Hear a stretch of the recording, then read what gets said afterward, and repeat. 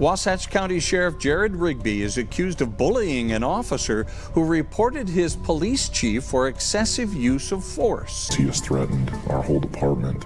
Well, because Lucas, it really comes down to the future, your future in the police department. The video of him intimidating the officer was sickening. Nobody's above the law.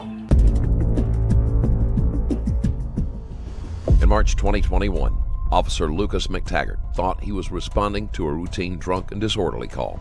He was training a new member of the force, and most of his attention was given to making sure he was clear on what was the correct procedure for the situation.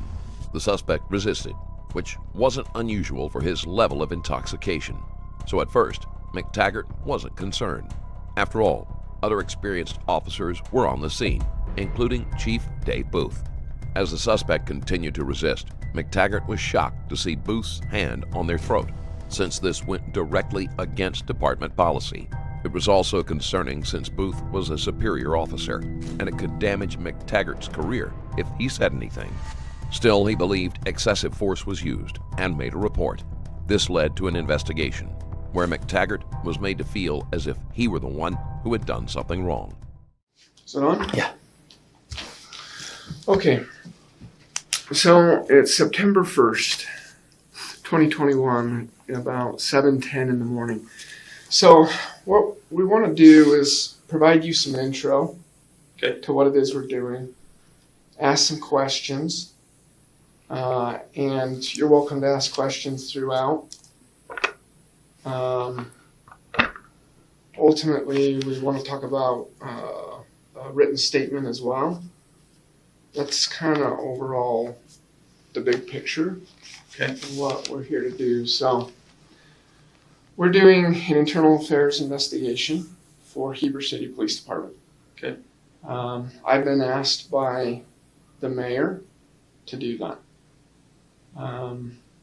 This has to do with the Jesse Rodriguez incident on March 31st, 2021. And as part of that, I think we're all on the same page, but just to make sure, there was already a criminal investigation of this. So there are actually two.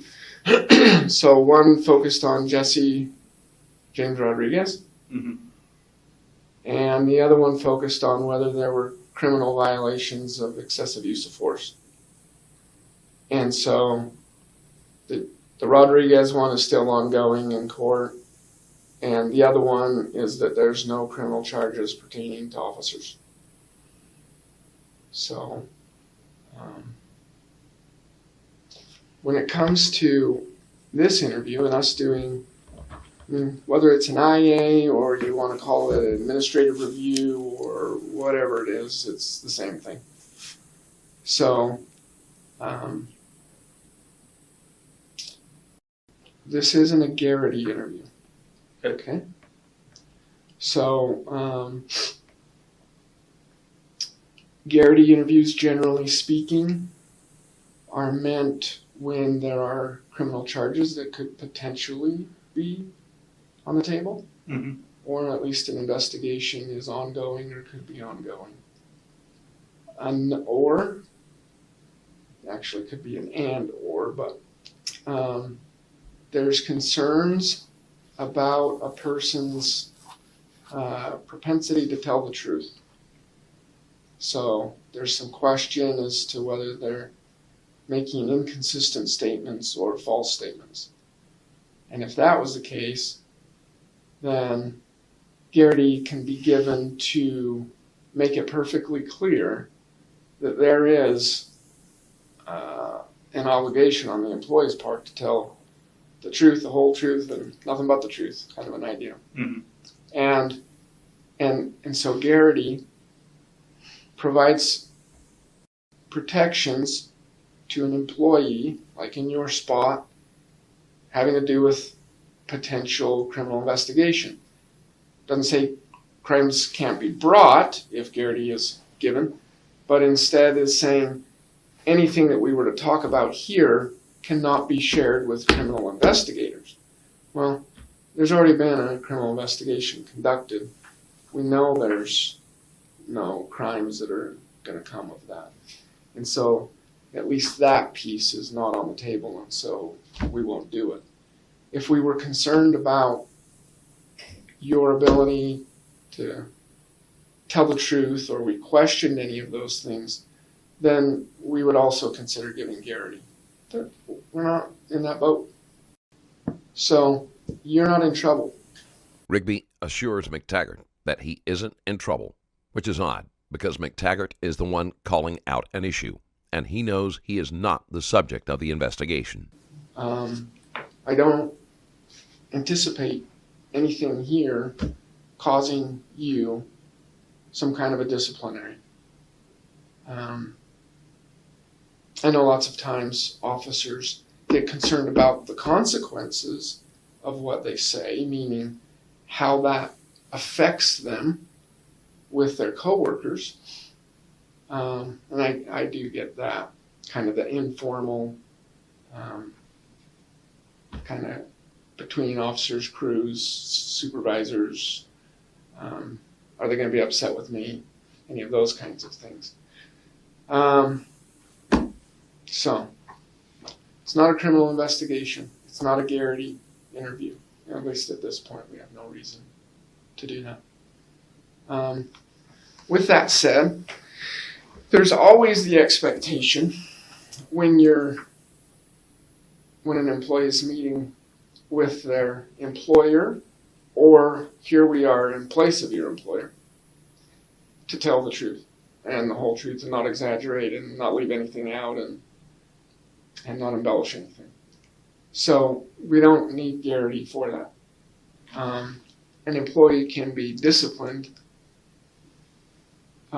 just because they're not telling the truth, and it can be corroborated other ways without Garrity. Another piece to all of that is that if we felt like we needed to stop the interview, do a Garrity interview, and we'd do that. We'd stop, we'd just restart, and we'd give Garrity admonitions. Hey, these are the warnings and admonitions. These are your rights under it as well. Do you have any questions so far? I'm sure they'll be answered.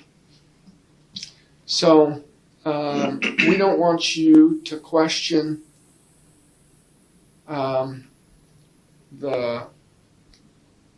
credibility or the authenticity of us talking to you. So if you want to be calling Jim Moore at this point in time to make sure that all this is really legit and that we're asking questions on behalf of Heber City Police Department, we can do that. That's not necessary. So really the interview is meant to kind of have an introduction, get it out on the table, and then for us to ask some questions that are pretty specific. So we've already seen the body cam that people have. We've seen the reports, also the DPS interviews. So all that's in our minds. So lots of times in an interview we'll say, so start from the beginning and tell us about this thing. And that's just not where we're at with this at this point in time. It's just kind of a waste of your time. And so we're just going to start into some questions that are really kind of having to do with one part of the overall incident. Rigby should be trying to get as much information as possible instead of cutting out large portions of the story. This is especially true, given that he is friends with the accused and should not be in charge of the investigation at all. I recently released another highly intense video on my Patreon, an explosive altercation between two cops, where tension escalated so quickly, resulting in a drawn gun and a devastating gunshot. In a mere 26 seconds, witness the events unfold as two officers engage in a fight that turns deadly. Watch this video and more at patreon.com/strangerstoriesplus. And it's not even anything having to do with being in the house and being with Jesse James Rodriguez and then moving on to the gurney and then going to the cage and all that kind of stuff. So I don't think you need to feel like we don't have that as the basis, because we've been over all of that. And if we were to just go over it here, it just is kind of needless, because we're really focused on the questions that we have, and we just don't want to waste your time and having you think, is it having to do with all this kind of stuff? It's like, we can tell where there's policy concerns in these areas. Okay. That kind of thing. Any questions so far? We don't want to take time out of your CIT training, so that's why we're going to cut right Super. straight to the meat of the subject. It's very kind of you. Why, you're welcome. It's very kind of you. All right. So, when it comes to how all of the concern came about, our concern has to do with inconsistent and false statements, not on your part. And so, the first question really that we have is, we know that you're the FTO to Adrian Gondaria on this call, March 31st, 2021, right? Mm-hmm. Liberty Station, Jesse Rodriguez. And then from there end up being concerns in the police department about how it was handled, specifically whether there was excessive use of force, and even more specific, whether Dave Booth used any excessive use of force. So, what do you know, or what was your involvement in, after March 31st, and that incident, and then discussion with others? I'm leaving the others open at this point in time. We can narrow down more on officers, supervisors, spouse, people outside the office, but all of that's on the table right now. What was your discussion about the incident with others, generally speaking? It's been a while, so I don't 100% recall timing on everything or anything like that, but I know I discussed with, I think, 3 other officers, and I discussed with a supervisor. Okay, is the supervisor one of the 3 officers or separate? Separate. Okay, can you tell us more about that, the officers and the supervisor? What are you looking for? Names, times, what's best to your recollection?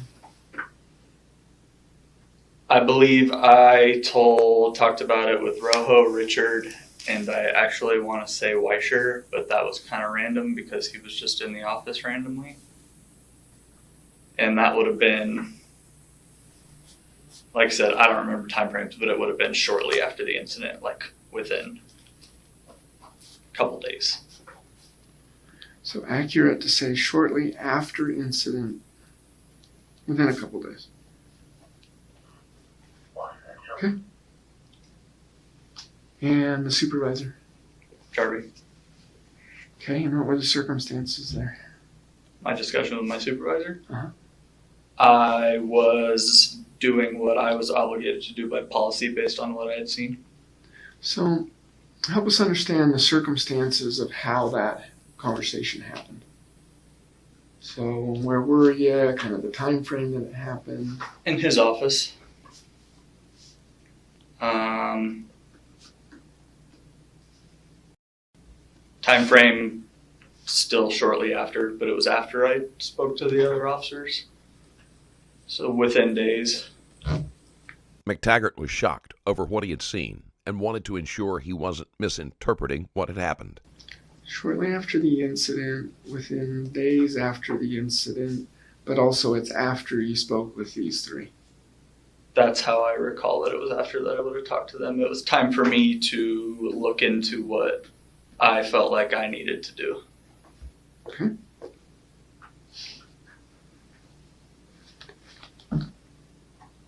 Okay.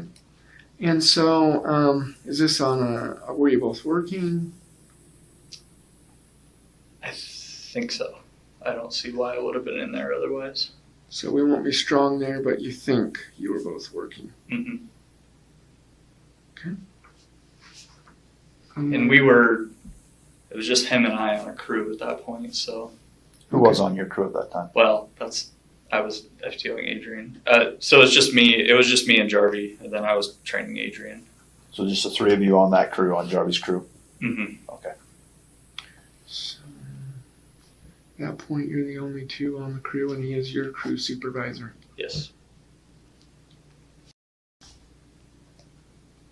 Okay. And this happened in Sergeant Jarvie's office. Is it a day crew, is it a day shift or a night shift? I don't remember. I could look back. That's right around shift change time. So we started in January on days. It would have been 3 months, so right around the end of March, beginning of April would have been the switch. So I don't remember. So you think this was within a few days of March 31st. But we also want to be careful not to make it too much. So fairness-wise, you think it was for sure within a week? You think it for sure was within 2 weeks? Like maybe 3 weeks? I mean, I think within a week. It's hard for me to say for sure because it's been a long time, but pretty confident? Yes, because I was, it wasn't anything that I sat on for any period of time. It happened. I did my research, talked about it a little bit, and, determined what I thought I needed to do with it and did that. Okay. Pretty confident the conversation with Jarvie occurred within 1 week of March 31st. Okay.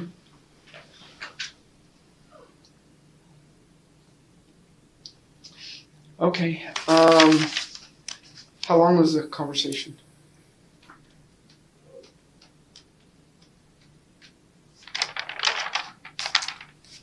Couldn't tell you. I mean, it was not super brief. I mean, we sat and chatted for a while, but okay. I don't even know that it was all entirely just on that subject.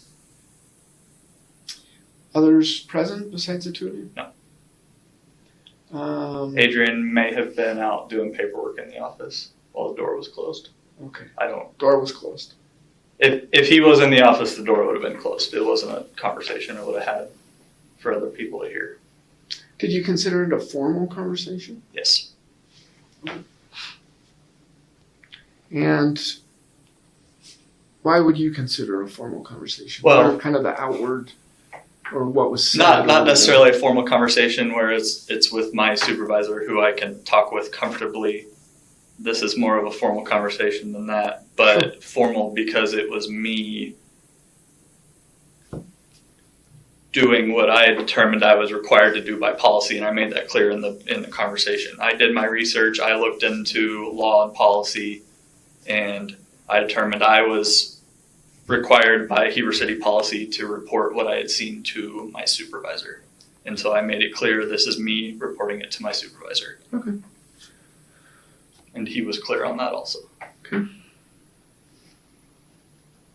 During this conversation, from the way when you spoke with Sergeant Jarvie, was this the first, from your understanding, was this the first that he had heard of this?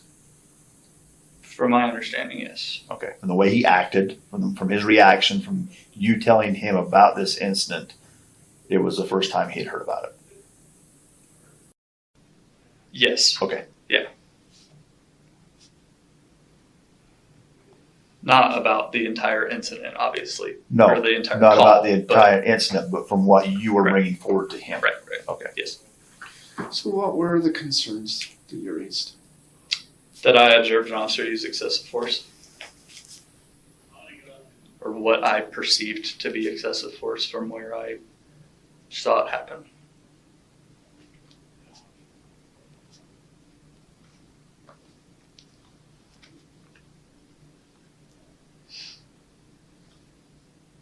Okay. And so you're concerned about Dave Booth using excessive force, Correct. and you communicated that to Sergeant Jarvie. I did.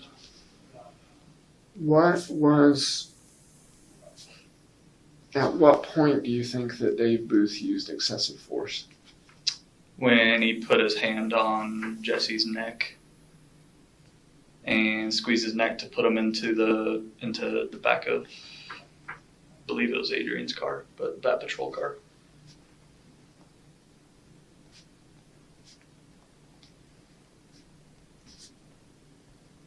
So, to say it accurately, when and recovered, he knew that the recording was going. Okay. When he put his hand on Jesse's neck and squeezed, is that accurate? Yes. And put him inside the car.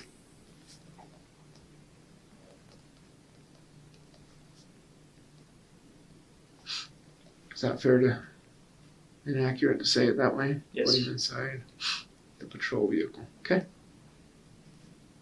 Were there any other concerns that you had about excessive use of force? No. Anything else, any other concerns that you raised at the time with Sergeant Jarvie having to do with the incident? Only how to deal with that. How to have that conversation with somebody that I was training to be a new officer who I thought witnessed it, because it was just the three of us there. Everybody else was kind of milling around scene. As you know, there was a lot of people on scene at that point, just the way the previous use of force with Jesse had gone down and the emergency button and everything. But to my recollection and my perception was at that moment, it was Jesse, Chief, Adrian, and me, and kind of our own little world. And so that was, I mean, honestly, that was the most upsetting thing to me about it at the time, was that I was going to have to reconcile that with somebody who I was trying to teach how to be a cop. So most upsetting, since you were the FTO and you were training a new officer, and it was your job to reconcile. What do you mean when you say reconcile? I just didn't know how to approach it with him. Do I, obviously a difficult situation where it's chief. If it was another line level officer, yeah, like, hey, this is cut and dry. What you saw happen there was wrong and not the way we do things, and that'll be dealt with, but you don't need to worry about that, but we need to have that conversation. And that's just a little bit more of a difficult conversation. So With somebody who's, I mean, it was a difficult situation for me to be in, and I'm experienced, and I have no issue being on a scene with Chief and and all of that stuff. And then imagine that from a brand new guy still in training, who turns out was having a very hard time in training. Yeah. So what makes you think, though, that Rigby begins to gaslight McTaggart by implying that what he perceived isn't actually what happened. Before we move forward, I want to extend my thanks for watching. This video today has no sponsor, so if you're enjoying it, subscribing helps the channel grow. You can also check out my second channel, Stranger Crimes, after this video. the way you perceive it is the way that it is? So what I mean by that is you're seeing excessive use of force. That's not your decision. That is a determination that the department will make. Sure. And so I like and I appreciate and I respect you going through the process. Hey, I have a concern. You raise it to your sergeant. That's the right thing to do. And maybe I'm misunderstanding what you're saying here, but the way that it's coming across to me, at least at this point, is that you're feeling like you have to explain to the new employee the chief just used excessive use of force and now we got to work through that. Am I misunderstanding that? You're not. The way that I perceived that, it was pretty cut and dry from what I perceived. I was right there with it, and I didn't see anything, especially with, we've just been told chokeholds are against policy and all, George Floyd and everything else and people going to prison and all of this stuff. And then we see that happen, and that was very clear to me that was inappropriate. So in one way or the other, maybe not. And maybe this is what you're getting at. I'm not saying that, yeah, he committed a crime at that point. what's a chokehold mean?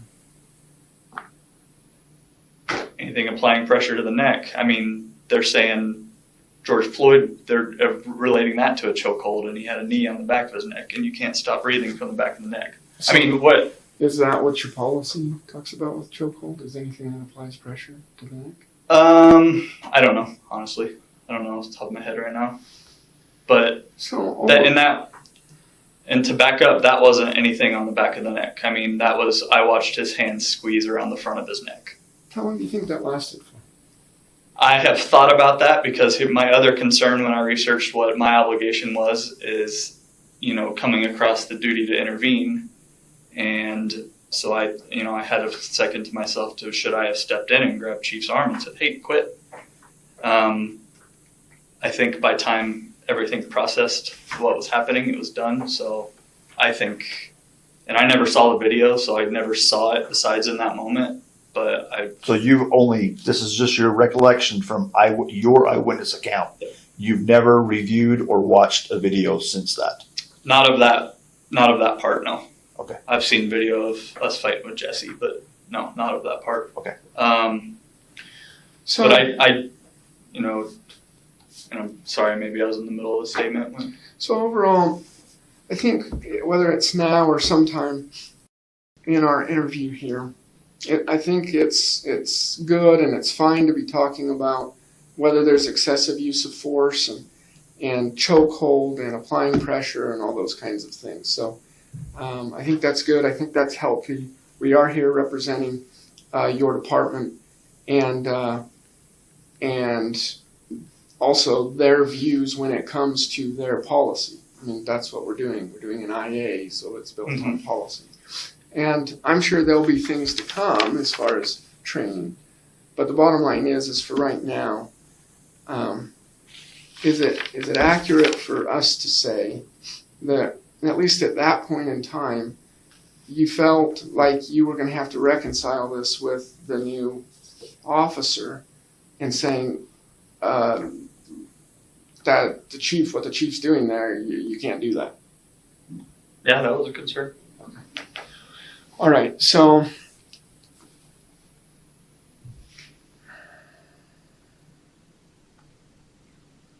And maybe I should say that was a concern of whether I should do that specifically with him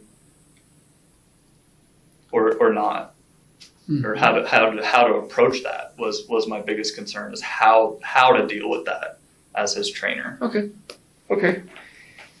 And so, being the representative of the police department at this point in time, I guess the communication is that takes at least part of that off of your shoulders is really it's a determination that the process needs to follow, right?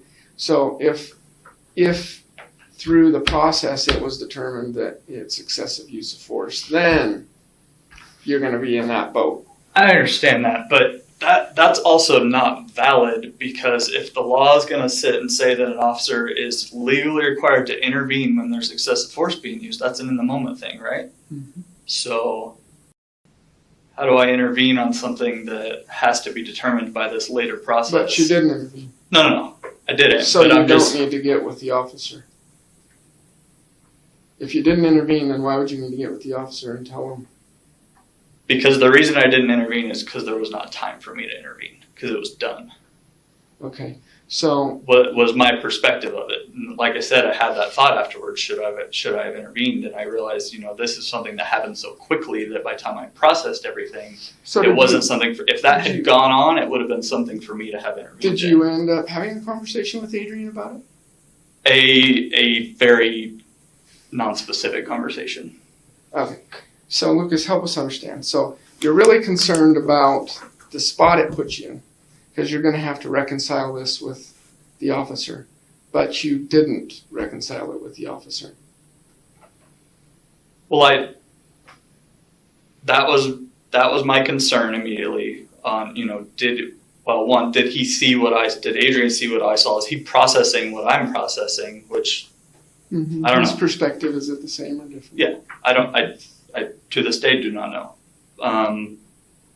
In that conversation with Jarvie that I also had this conversation about how to approach it with Adrian, and we kind of determined it was best to have a more broad conversation of there's kind of an old way of doing things and a new way of doing things, and we can't do things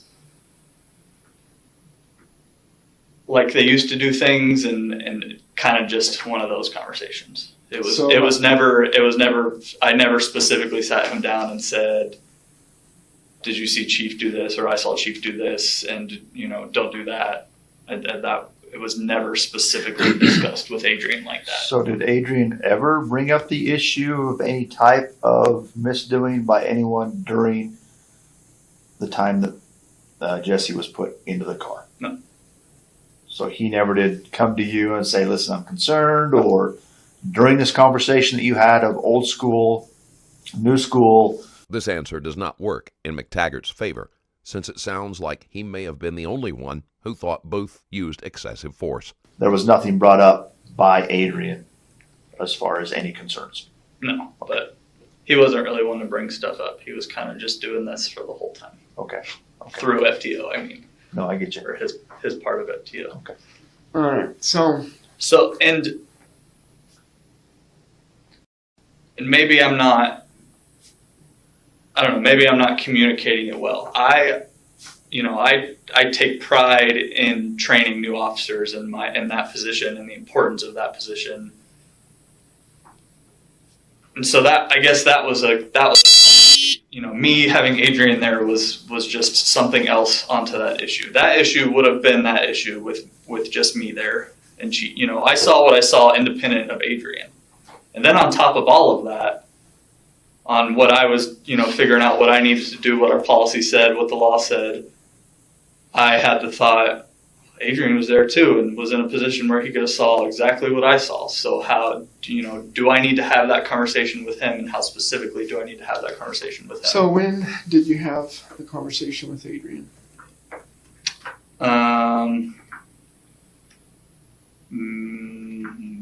Either that day that I talked to Jarvie or within the next shift or two. Quickly after. Within a day or two of speaking with Jarvie. And so you'd said above that you're pretty confident that you met with Jarvie within a few days, for sure a week, of March 31st. So this is still kind of within the first week or two. Would that be accurate to say? Mm-hmm. So within 2 weeks after March 31st. Okay.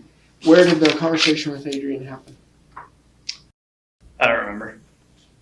Either in a patrol car or in our office. And was it more of a kind of a formal conversation where it's just kind of you and him?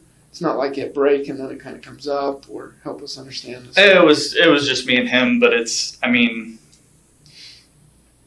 one of those FTO conversations that we have all the time. Yeah, it could be anywhere. So, we were having those conversations consistently, so I'm sure it wasn't anything, it was just another learning moment from his perspective. Well, and when you were doing it, were you talking specifically about the March 31st first Jesse James Rodriguez incident? I'm sure I was. I can't, I don't remember the exact conversation I had with Adrian, but we did have a lot of conversation about that just because he was involved in a use of force with Jesse. And so there was a lot. And if I remember right, that was like his first day of FTO. So there was a lot of conversation surrounding all of that incident that had taken place and took place for a while. So were there any other parts of that incident that you considered to be old school versus there's a different way of doing it now? No. So just that piece. Dave Booth, his hand on Jesse's neck, squeezing.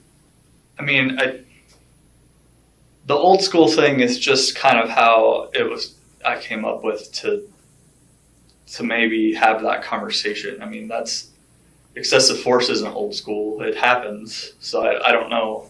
I don't want to label it as that was being old school. I'm sure that happens, in policing right now. So overall, I guess my point, just to be clear about it, is on behalf of the police department, they don't see that as a conversation for an FTO to have with their new officer in making a determination that wasn't the way to do it. That can work for other things, but not for something like this. Because if you're going to go and talk with your sergeant because you're getting it off your shoulders, this is something that's important. Rigby is wrong. It is McTaggart's job to point out any action that goes against policy to the officer he is training. Otherwise, he sets a precedent for not speaking out. And policy requires that I go and do this thing. There's a process for figuring that out. Mm-hmm. And it doesn't sit with an officer, and it doesn't sit with a sergeant, and it goes up like it did. Mm-hmm. And ultimately it goes to the chief's supervisor. Mm-hmm.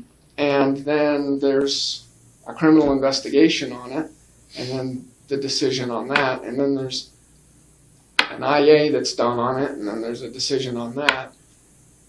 And what has been done, or at least it somewhat looks like it's been done, is, well, Adrian's already been told that that was not the way to be doing it. Although it wasn't specific, it was just generalized that that wasn't the way to be doing things. So I don't know if that's, if you agree with it, but that is the police department's view on that issue. And so from here, you could probably have more conversation with supervisors and hear it straight from them and be like, oh, okay, I guess maybe next time I should do it differently, or maybe they want me to tweak it just some, and maybe I can keep part of what I did. Any questions about that? It's not that you have to agree. It's just the way that it is. Yeah, I understand what you're saying. I guess questions on where that's coming from, because I feel like you're obviously already prepared with that information you just gave me, right? What's that? That whole speech just barely that you just gave me about how I handled it and that my department thinks it's wrong. I mean, I'm assuming that sounds like it was something that came from you before the conversation that we just had. No, that is me hearing this for the first time. Okay. And applying what I know. Okay. And then me going back to them and saying, this is the statement I made on your behalf. Okay. That's what it is. And then they'll honor it. Sure. Because that's what we're doing here, is that we're doing this on their behalf. So. Well, then maybe it needs to be more clear that I in no way threw Chief under the bus to Adrian. I mean, that was why I made it a point to do that, is that was me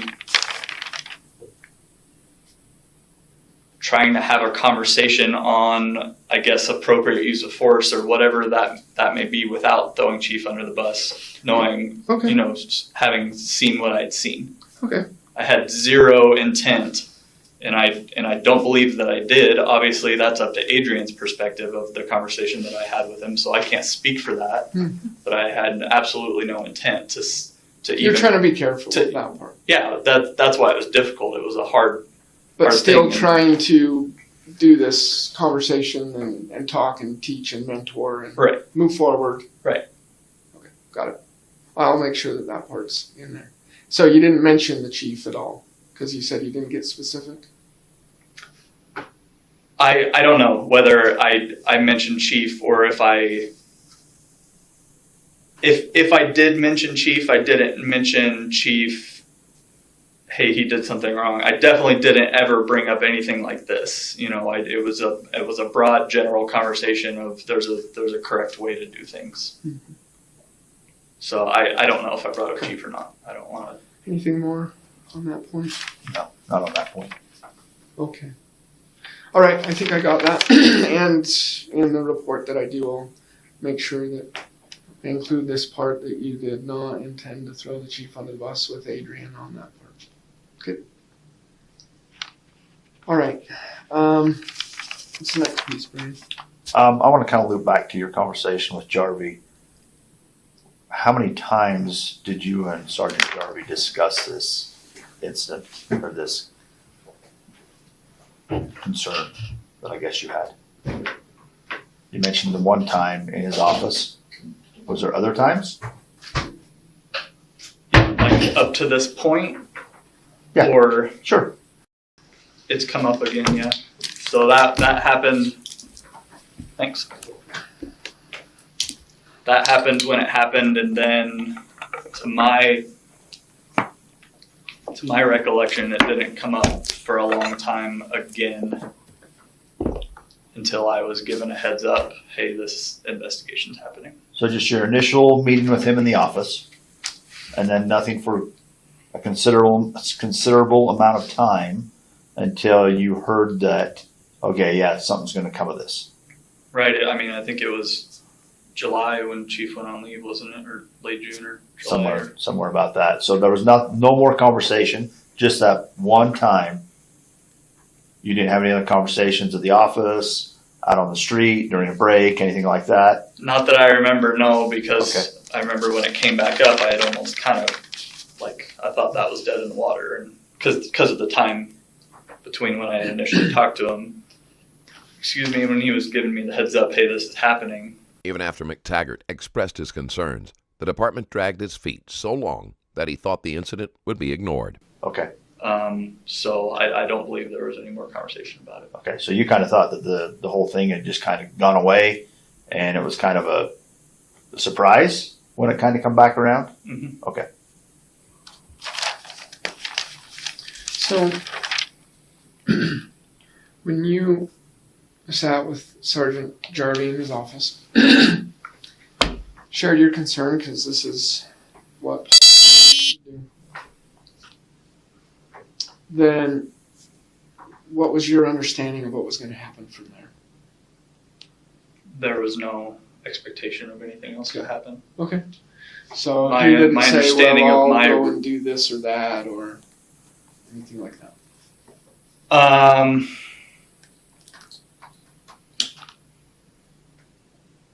He definitely gave no statement of this is going to happen next.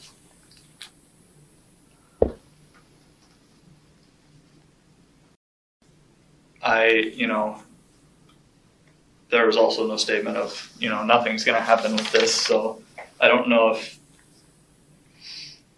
I'm assuming it was like, okay, thanks, I'll look into it kind of thing. There was definitely no promise of action. I remember that much. So. And from you, was there any statement as far as like, this has got to be fill in the blank? I don't know what it would be, but was there an expectation on your part? No. It's like, No. did it be handled a certain way or? No, I made it clear from the beginning that I was doing what I felt like I was obligated to do, and that was where that's why I was having that conversation, because policy said that, and so I was fulfilling policy. Policy said report it to a supervisor, so I made that clear. This is me reporting it to you. I'm done with it. So, in the interview with DPS, and I don't have anything against you, I don't, but there's this one part in the interview with DPS that confuses me.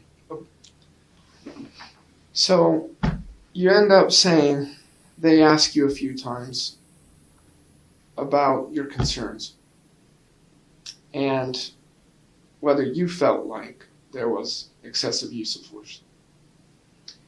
And you said that you were concerned, but based on your perspective of where you were, because you were back and not up right front, you didn't see anything that led up to that choking, however it's characterized. And so it might have been justified. You just didn't see that. You just saw Dave Booth's hand on Rodriguez's neck. Mm-hmm. I don't know if I'm not. I remember that. I remember saying that. Yeah. I don't want to get that part wrong. So, to me, and here's the issue that I have, is that you're trying to say it on both sides, fence it. Say, I was concerned, but really I had no reason to be concerned because I didn't see the full thing of what happened. I disagree with that. I think that Help us understand. I was making it clear that based on what I saw, from my perspective, I observed excessive force. I was also recognizing that excessive force is not determined by my perspective. That's what it was. It's as simple as that. Mm-hmm. I was, especially where that was a criminal investigation, so I'm not going to sit there. Obviously I'm going to be honest, and this is what I saw, and I explained what I saw, and so I made that statement to acknowledge that knowing what I saw is this perspective. And so maybe I'll clarify to you then. I do not believe that there was anything that warranted that, but I also acknowledge that it is a possibility that something could have happened that I didn't see. That's a possibility. So you don't believe, help me understand that it warranted that. What's that? What Chief did, what I saw. You don't believe there was anything. Any type of neck hold goes against department policy, so there is nothing the suspect could have done to warrant such treatment. That warranted Booth So taking his hand and putting it on Rigby's so I throat and didn't squeezing. directly observe anything that warranted it. So I can definitely say that because that's my observations, right? And from where I was, which was close, it was, behind Adrian, but still close. Mm-hmm. I don't really, there's no way that it didn't seem likely to me that something would have warranted it. I'm just acknowledging that I'm not, all seeing and all knowing. Yeah. Okay, so that does help us because now we know clearly that you think that Dave Booth used excessive use of force. Yeah, and if I didn't, it would have just died. At the same time, you're trying to acknowledge the fact that this is one perspective and there could be other perspectives. Right. Yeah? Mm-hmm. Okay. Let's talk for a minute then about the perspective. So, I don't expect you to agree with it. In people's situations like this, I would expect them to do a counter to the whole thing and come up with the reasons why it's not that. But the bottom line is that for both the criminal and the administrative review, there is no excessive use of force. Rigby tells McTaggart that his perception is wrong and comes across as angry that McTaggart would make this accusation. His attitude is discouraging and indicates that it is not safe for an officer to address questionable behavior. And so your perception is wrong. And so you'll just have to figure out how best to go about that from here on out. I could go into more detail about why that is. I don't want to kind of belabor the point when the main thing is knowing that that's just not. You and anyone else that thinks that that's how it is, that might have been your perspective at the time, but it's been found to be false. So there was no excessive use of force. So I don't know if it helps you at this point in time to have me explain why that. Sure. Okay. So the overall thing, and you'd have to go through policy, so we could sum here, but I don't want to take all your time. You only have 2 hours. If you want me to go through policy, I will. But the bottom line is that in policy there's formal complaints and there's informal complaints. Also, when it comes to, and each one you're supposed to follow a certain way of doing it. Mm-hmm. And so when you're coming to your sergeant and doing a formal complaint, there's certain things that are supposed to happen. So it says in policy that you're supposed to come immediately. And so I don't know that you coming within a few days is immediate, but I think it's pretty close. I don't have a problem with that. I was going to say, is enough time for me to read the policy and figure out what I'm supposed to do and then do it I think considered immediately? Yes. I mean, I felt like I was doing the best you can. Yeah. So that's one issue. It's got to be written, so you've got to do a written statement on what your concern is. So I guess let me ask this. That's obviously in a separate policy From what? for the process to file a complaint, right? Is that the policy that you're... Separate from use of force in 2 different places, you mean? Well, because the policy that I came across was policy that I was doing what I was doing, and hopefully you have it, you probably have it, is... So there's use of force. Yeah, I mean, that's what I was doing right there, is that orange paragraph. That's what I was doing. It says report. So I wasn't filing a formal complaint on chief. That's not what I was doing. I was satisfying that highlighted part right there. And I didn't even read the formal complaint policy because that's not what I was doing. Okay. Well, and we're not here trying to point fingers on, oh, well, you're supposed to look at this one also. But the bottom line is, I mean, all policy is together, whether you know about it or not. And so, yeah, you'd want to go to the complaint piece. Most of the policy is focusing on when citizens want to make a complaint on an officer. But there are parts in there that help someone in your situation know how to go about this.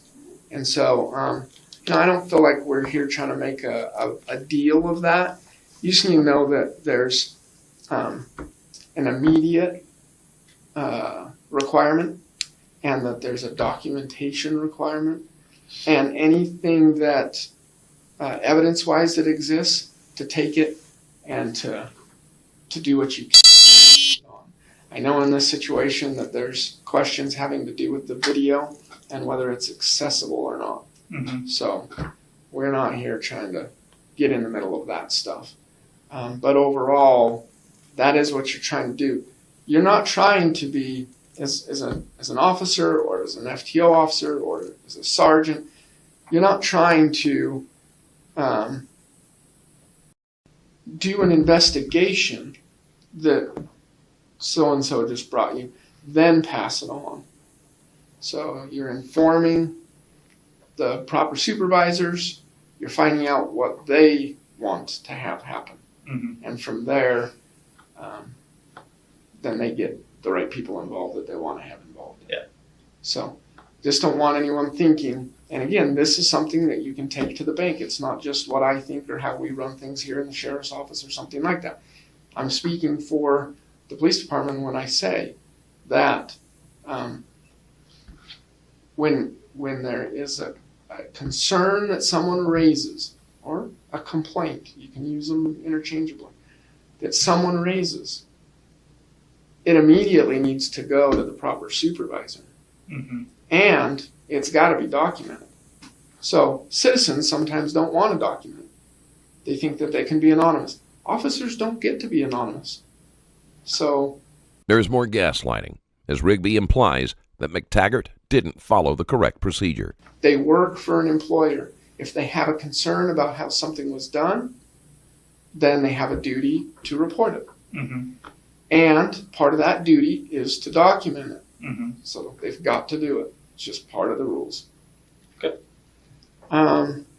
Okay, more on the excessive use of force piece. So in this situation, it's not, what Dave Booth did is not even use of force. Now, people might disagree with that, but in policy, it's saying here, the application of physical technique or tactic. So it's like, okay, so what did Dave do? I think that what's an issue is with his right hand, he took it and put it on Rodriguez's neck and squeezed. I don't know if there's a dispute on what that technique or tactic is. Okay. Technique or tactic. So were we taught to do that somehow in any of our trainings? Grab someone by the throat and do that kind of a thing? So the application of physical technique or tactic, chemical agent, or a weapon to another person.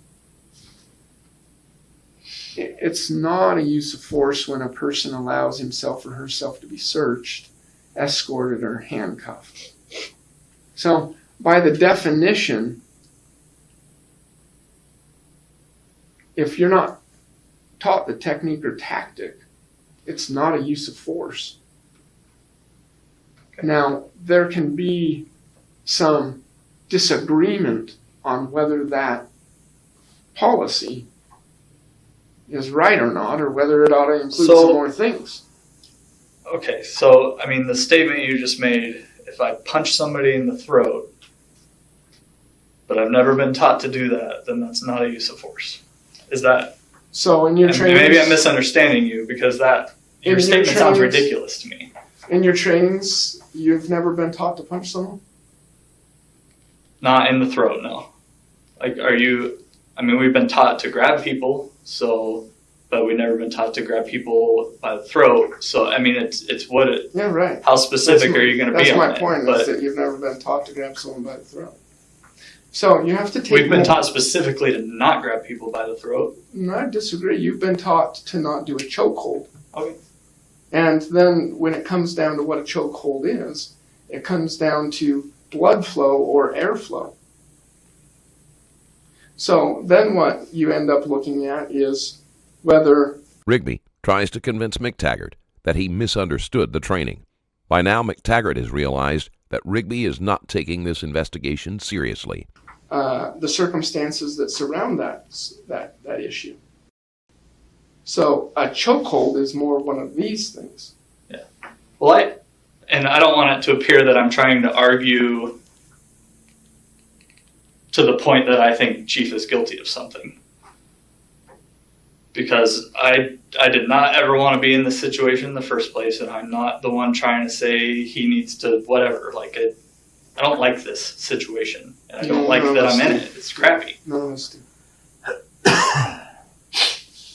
But I thought a lot about it, and I made a very informed decision, and I'm a very experienced officer, and I read case law, and I read lawsuits, and I know what is appropriate use of force, or my perspective of what appropriate use of force is. Obviously, I'm not the one who determines it, and it was determined that it wasn't. And I understand all of that. Mm-hmm. But what you're saying is not changing my perspective of what I saw. Nothing's going to change that. That's sure. That's why we're here, right? Yeah. Well, because Lucas, it really comes down to the future, your future in the police department. Sure. So you can dig in your heels and say, and that's not what I'm doing. This is how I feel, and no one's going to change. And okay, that's your decision. You just won't get any trusted positions having to do with DT and use of force and sergeant and sure. those kinds of things because you're not willing to learn and be open-minded to it. Sure. So I'm just trying to help you understand that Lexipol and the attorneys that wrote it, mm-hmm. the prosecutors that reviewed the criminal case and fit it within the statute and how it fits into the policy. And then us going through this as well. Everyone's saying what happened there is not a use of force. And so the reason is because of the circumstances that surround it all. Mm-hmm. Yes, it's not a technique or tactic, but that's only one part. Mm-hmm. The other pieces have to do with it was incidental. So I don't know if anyone had a chance. I'll just speak about you specifically. You didn't look at the camera pieces. I'm not saying that you needed to, but when you look at the recordings of what happened and you go frame by frame, you have Jesse James Rodriguez who actually sits down in the vehicle. They're moving him. He's going back and forth at points. He is compliant. He's not. He wants to go a different direction. It's gradient Mm-hmm. level of compliance. It's not like you're all 100% compliant or 100% not compliant. Right. It's this kind of level of Mm-hmm. how that works. So, point is, Jesse James Rodriguez goes and sits in the vehicle. They get him in the vehicle. Now he decides he wants to come out. So now he's being some level of non-compliant. Mm-hmm. So he's coming out, he's leading with his head, and he and Dave Booth are now like this. Mm-hmm.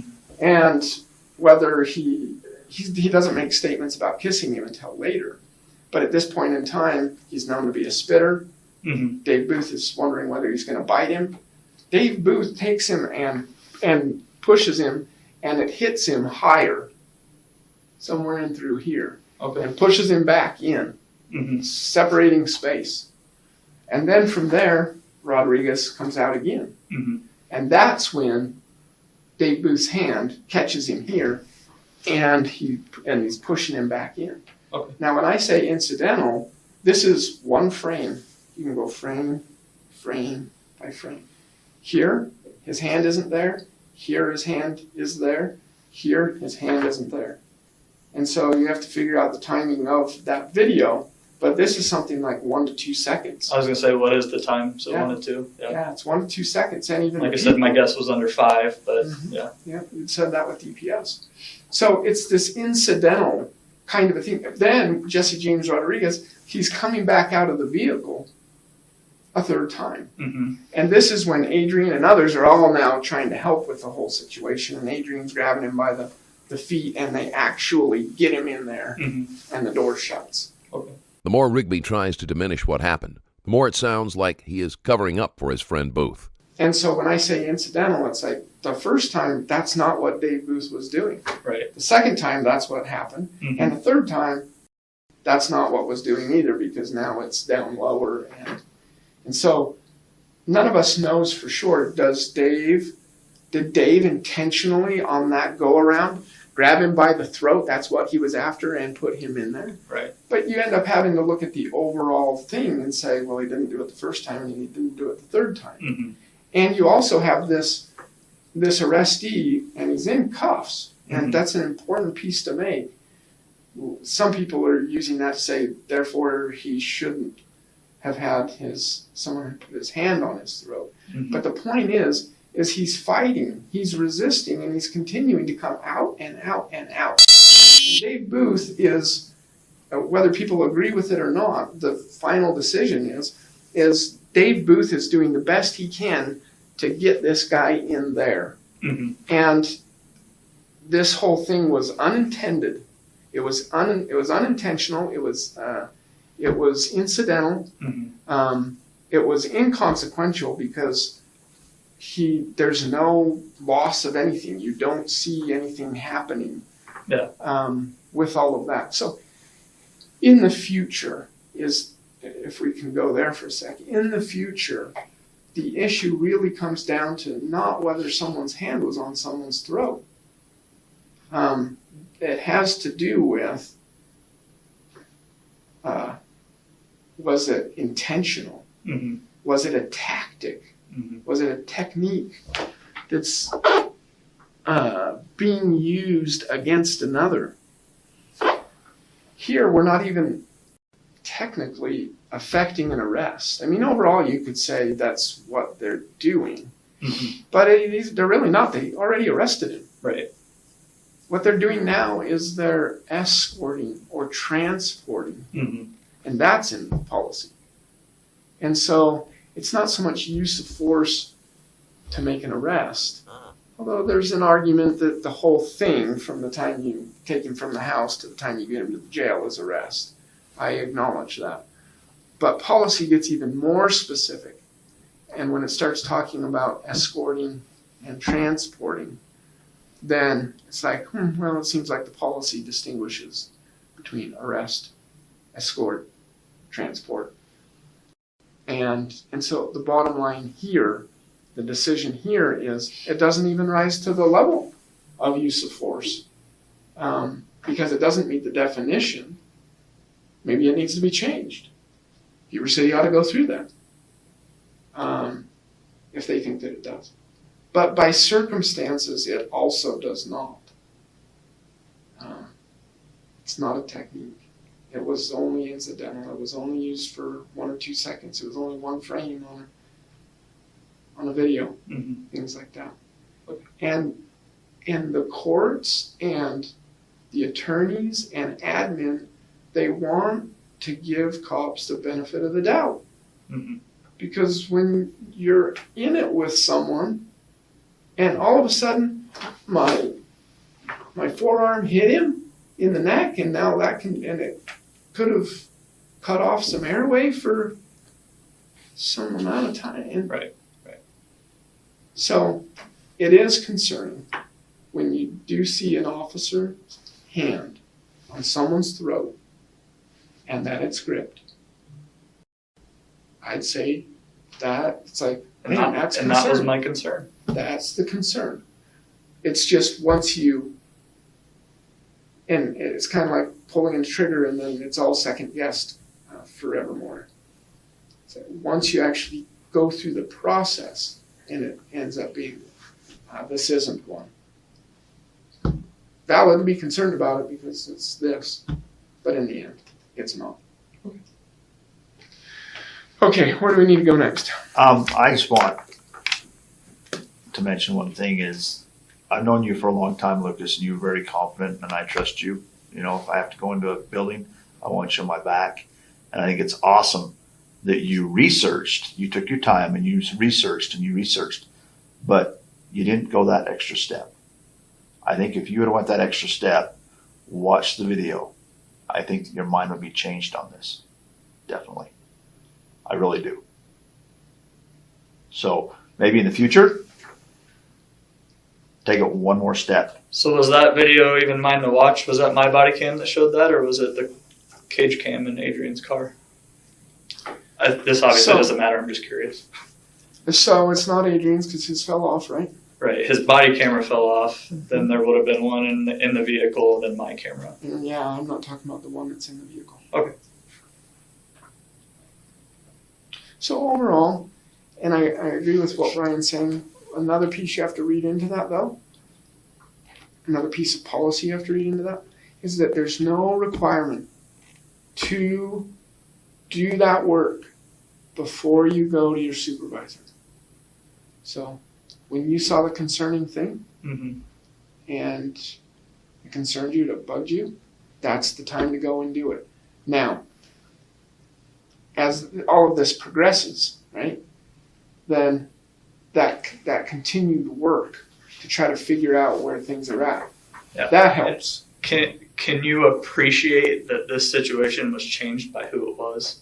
If this had been another officer, that probably, and I don't know because it wasn't, but that probably would have been the conversation immediately. It made things different because of who it was. It made things very serious immediately in my mind. And I'm not And that's why I'm not through with an investigation, so I guess McTaggart is correct that the investigation is being handled differently since it involves a higher-ranking officer. If anything, both should be held to a higher standard. it's not fair for me to answer the question at this point in time, but I appreciate you raising the question with it because I think you have a valid point Sure. I was, from the beginning of all of it, I was trying to do the right thing. That's what I always try to do. I don't think anybody can question my integrity in anything I've done in this job, and I stand by that. And I was extra trying to do the right thing because it was my chief. And so what I still, the reservation or me holding back just a little bit is that to some extent, the more you trust someone, the less concerned you are with the issue. Mm-hmm. So, I don't know. Some people might take what I just said and say, oh, so we should sweep that under the rug. No. If you feel concerned about it, you should raise it.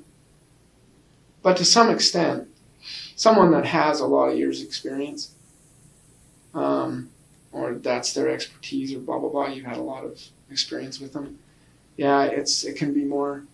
I mean, nobody wrote reports on this thing. Nobody went to the county attorneys on this thing. So there's just different indicators that's like, well, everyone was focusing on Richard Christ and Jesse James Rodriguez. Mm-hmm. That's where the issue that's where the use of force was. Right. Because that did involve technique and tactic. Yeah. So anyway, it's a good point. Anything else right now? No. So, here we are.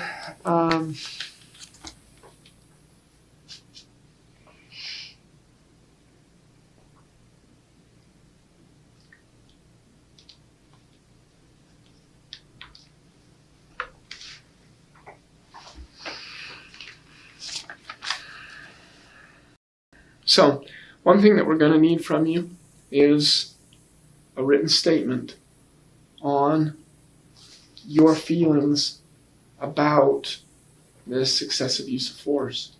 So, we're not asking you to agree with us. Mm-hmm. We're asking you to put yourself back in the spot of when this happened. And that's what we need to do, is to document this thing. And so you had a concern, and when you go and raise it with Jason Jarvie, and then a report being done, hey, on this day or time, or at least the best of your recollection, I went to Jason Jarvie, I spoke to him about these things. My concern is this. We don't want to, other people can try to make it that it's some other concern. So that's why this matters, is that's what your concern is. It's not any of these other things that people end up using for their own benefit.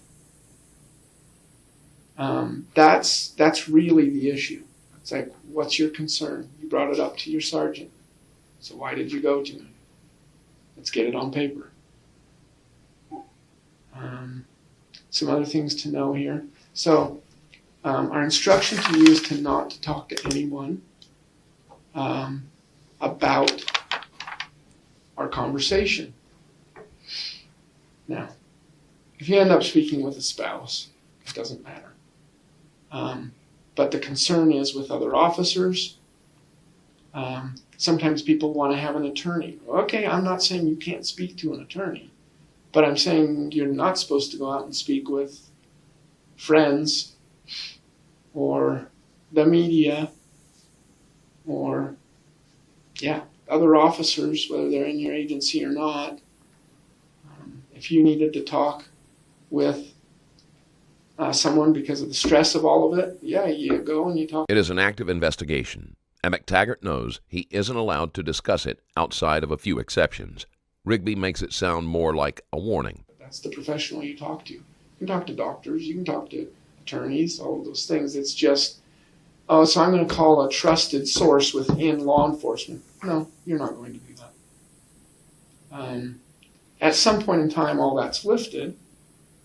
But at this point, we still have more people to interview, and we don't want the information to be shared. I don't know if you feel best about writing this statement on an actual witness statement, or you're going to write it out on a lined piece of paper, or what you're going to do. But Either's fine, doesn't matter. Okay, give me a sec while I go over.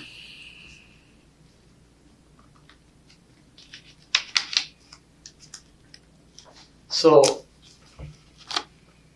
I guess I'm not fully. I mean, my statement's been clear from the beginning. So what's happening by me writing it down? That's what policy requires, For what? to document it. To document me filing a formal complaint, or To document your concern. We have a recording, right? Mhm. We got the DPS recording. Yeah. The thing about recordings is that people can end up saying that that was a question and then it prompted a response. And so you got the response you wanted because you asked that question. Mhm. And so it's more of a, we're controlling this conversation and you just have to submit to it. It's like, okay, I disagree, but all right. A statement is more, hey, you have a concern, right?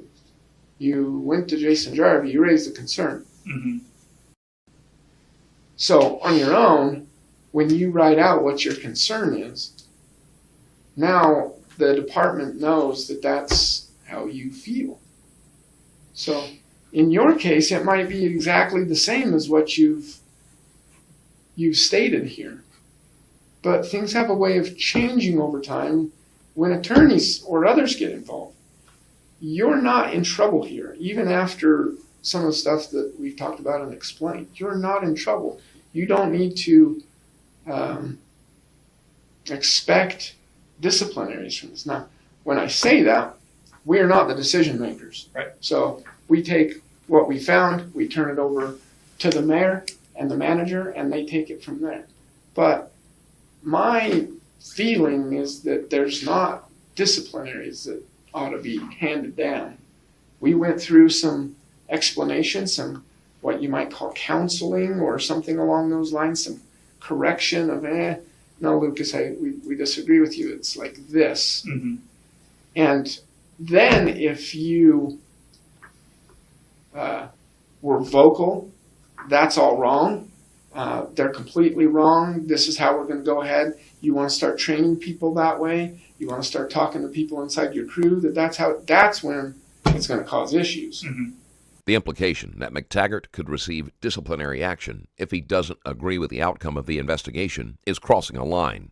But just because we have a conversation here about, hey, Lucas, that might have been your perception, but just so you know, this is the determination.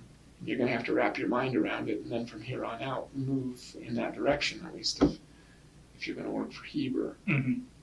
That's what it's meant to be. So the written part is just meant to say what you say. We're not telling you what to say. But your concern was so such and such, and you went to Jason Jarvie, so at least that much ought to be in there. But then we're out of it. You had a concern, we just want it written. What was your concern? It's what your policy Simple as that. requires. And that's what we're doing here is a policy application, a policy review, an IA. So can I ask, like, I realize you're telling me that I'm not in trouble, but you're not the one who gets me in trouble. Yeah.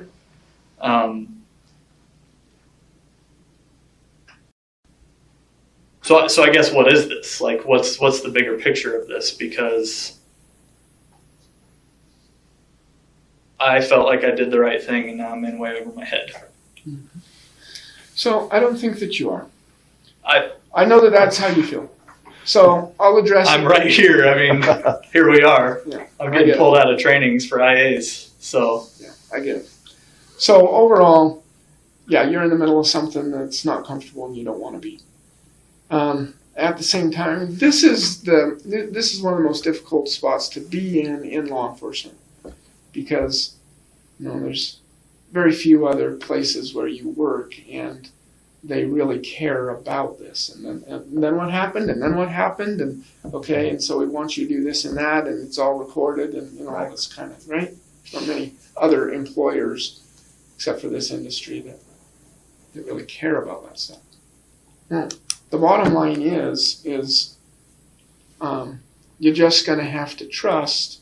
Maybe that's difficult to do, but that is what it comes down to. You're just going to have to trust that when we're saying, hey, policy requires this, you can go and look in policy and double check. But we're not asking you to do something that's not in policy. Sure.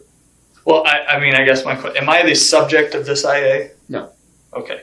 So somebody else, obviously an IA is on a person. I mean, They can, right, you know, they can all start and it can be a generalized thing. Right. But I'm also not trying to and obviously pass this you're not off. going to tell me more information than that, but okay. So I'm I'm not the subject of this And IA. I'm not trying to pass this off as though this is just an IA and it could be anybody, anything. It is not generalized that way. No. Okay. But no, you're not a subject. Okay. The only way that you can get in trouble here is if you don't do what we ask you to do.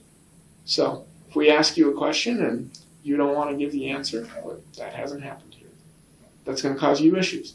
Yeah. We ask a question, you give an answer, we find out different that that's not how it was, that's going to cause you issues. I don't think that's happened here. And I like to understand things, so I'm asking questions. I'm not trying to dig my That's heels or good. anything. So. Yep. That's a good thing. It really is. And then when it comes to any of these other follow-up things that we need, it's like, yeah, the speaking and not speaking to people, doing a statement or a report on the issue. Yeah, those are the follow-up things that we. Okay. Do you need a statement right now, or you want me to do What's that going to on be my own best? time? Brian, And do you think? Well, you've got a half hour before you leave. How long do you think it's going to take you to fill out a statement on this? not a half hour. Not a half hour? Then let's just get it done and over with. Let's do it now.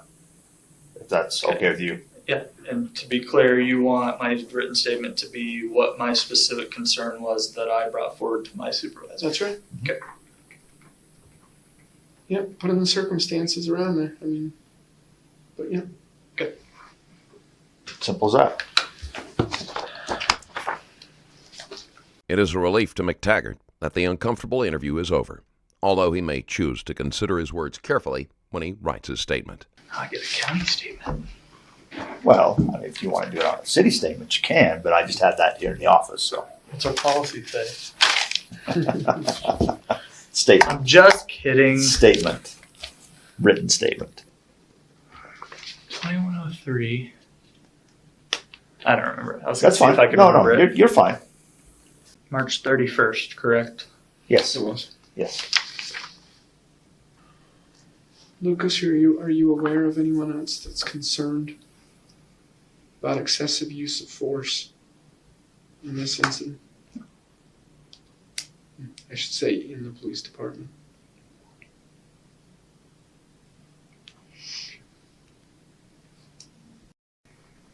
Did you ever speak with the mayor? No.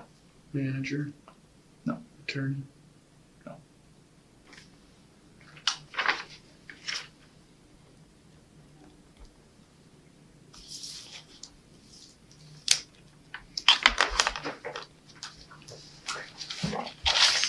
So a couple things. One, so here's a statute on an issue which I think helps you feel more comfortable on some stuff. So an employer may not take adverse action against an employee because the employee communicates in good faith. That's the main piece there. A violation of suspected violation of law. So you've done that, and it's in good faith. How do we know that? An employee is presumed to have communicated in good faith if the employee gives written notice. To a person in authority over the person alleged. So, and then there's this piece of an employer may not take adverse action against an employee because an employee participates or gives information in an investigation. So by doing that piece, and also by consenting to the interview as well, which I know it's required, but you get the good faith presumption. I think that's a great thing here. Yep. It shows everyone that you're just trying to do the best you can. You don't have anything against anyone. You're researching things. You're conscientious. You're wanting to help train employees. That's all you were doing. And I think we can say the same thing now. I don't feel any I don't see a different. change, not at all. So this is the Utah Protection of Public Employees Act. So separate from policy, state law keeps police department, Heber City themselves, or any supervisor or administrator from trying to somehow retaliate or treat you different. And so I'll make sure that in the report, I will come back to you if I'm concerned about something. But at this point, you can expect that in the report, it's like, you came in good faith. You cooperated through the whole thing. It's not comfortable and everyone hates it. Right. And we do too. And let's try to move on. That's one thing. The other thing having to do with the definition on force, application of physical technique or tactic. Mentioned some other things about chemical agents or weapons, but use on another person, so those ones just don't apply. Okay, so what if?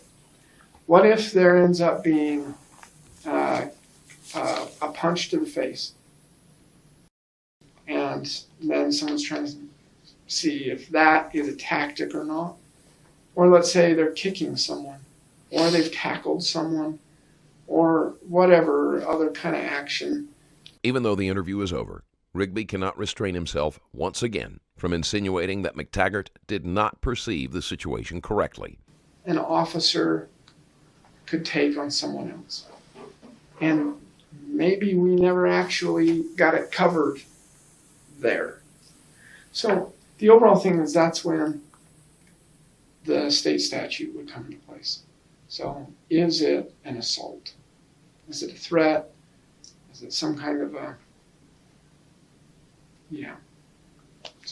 one of those intimidation things? So state statute would apply at that point in time. So that's why in this situation, the criminal part needed to happen because doing this on someone's neck for maybe 2 seconds, 1 to 2 seconds doesn't fit within that, given that it's in this fight situation, escorting, transporting, but it does fit within the assault statute or some other piece of the statute. And so if someone had done wrong, it would still be caught there. Right. And that is still covered under what you were doing here. And so I would say that if that's how you felt, and we know that that's how it is, don't think you did anything wrong by sharing your concern. Not at all. Good thing to do. And I think that by saying that you're open to, there might have been other things going on, that's just, I didn't see those things, I just saw this and it concerned me. It's good. And just remember, policy requires immediate. Think that you're probably there. And then you go to your supervisor. If that supervisor's affected, then you go to the next supervisor. Right. We just can't have it be that it's like, oh, well, everyone in here can't be trusted. And so I'm just going to sit on it. And months are going to go by. Mm-hmm. Doesn't work. So you can always go to, it lists other people in here. You go to the Attorney General's office. You go to the law enforcement agency that has jurisdiction. You can go to, it names all the places that you can go. You can go to the manager, the mayor. In this case, there's no policy that says whether it's supposed to be the manager or the mayor, but the statute says that it's supposed to be the supervisor of the agency head or whoever is affected by the whole thing. So you don't get it all in one place. So, okay, I think you did well. Okay? Okay. May I shake your hand? Absolutely. Thank you. Sorry to take you from training. Sorry for the stress. It's not intentional. Thank you. Now's the fun part. I mean, the training. Yeah. The training. We done? Can I- Yeah, no, you're good. No, it's the training. The fun part is, Yeah, we get to go to the going hospital. to go down to the hospital. Can I get back upstairs without? Yeah. Thank you. I'll take you. I'll probably. After his interview with Rigby, McTaggart searched for a new job. He left Heber City PD and started working for a federal law enforcement agency. 2 other officers also left the department and accused the city of retaliation. The case was settled for $7,800. Jared Rigby was up for a position that would have made him responsible for the training and certification of the approximately 9,000 officers, deputies, and troopers across Utah. After attention was drawn to this video, his placement was denied. Thank you for watching. Check out my Patreon link in the description below and drop a like on this video. Also, don't forget to leave a comment. I'm always curious to read what you thought of the case.